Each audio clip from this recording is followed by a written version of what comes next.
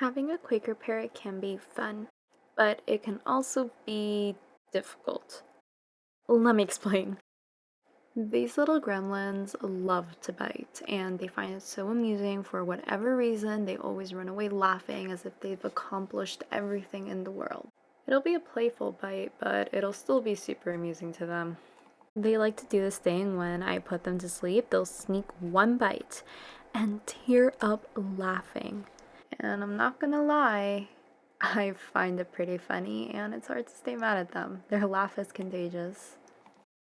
And they'll put on this innocent look after biting. They remind me of Gunter from Adventure Time, except, it's a Quaker parrot.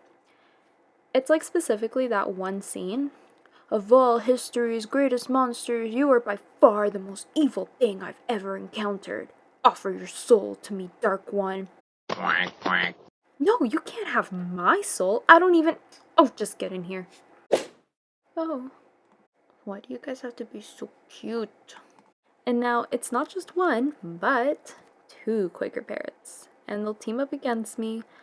I'll be sitting there on my phone, minding my own business, and I'll see them over there plotting. Most definitely plotting. They'll approach me like innocent angels, and in a split second, they attack. And they just laugh about it as they run away. So yeah, that's pretty much owning a Quaker parrot.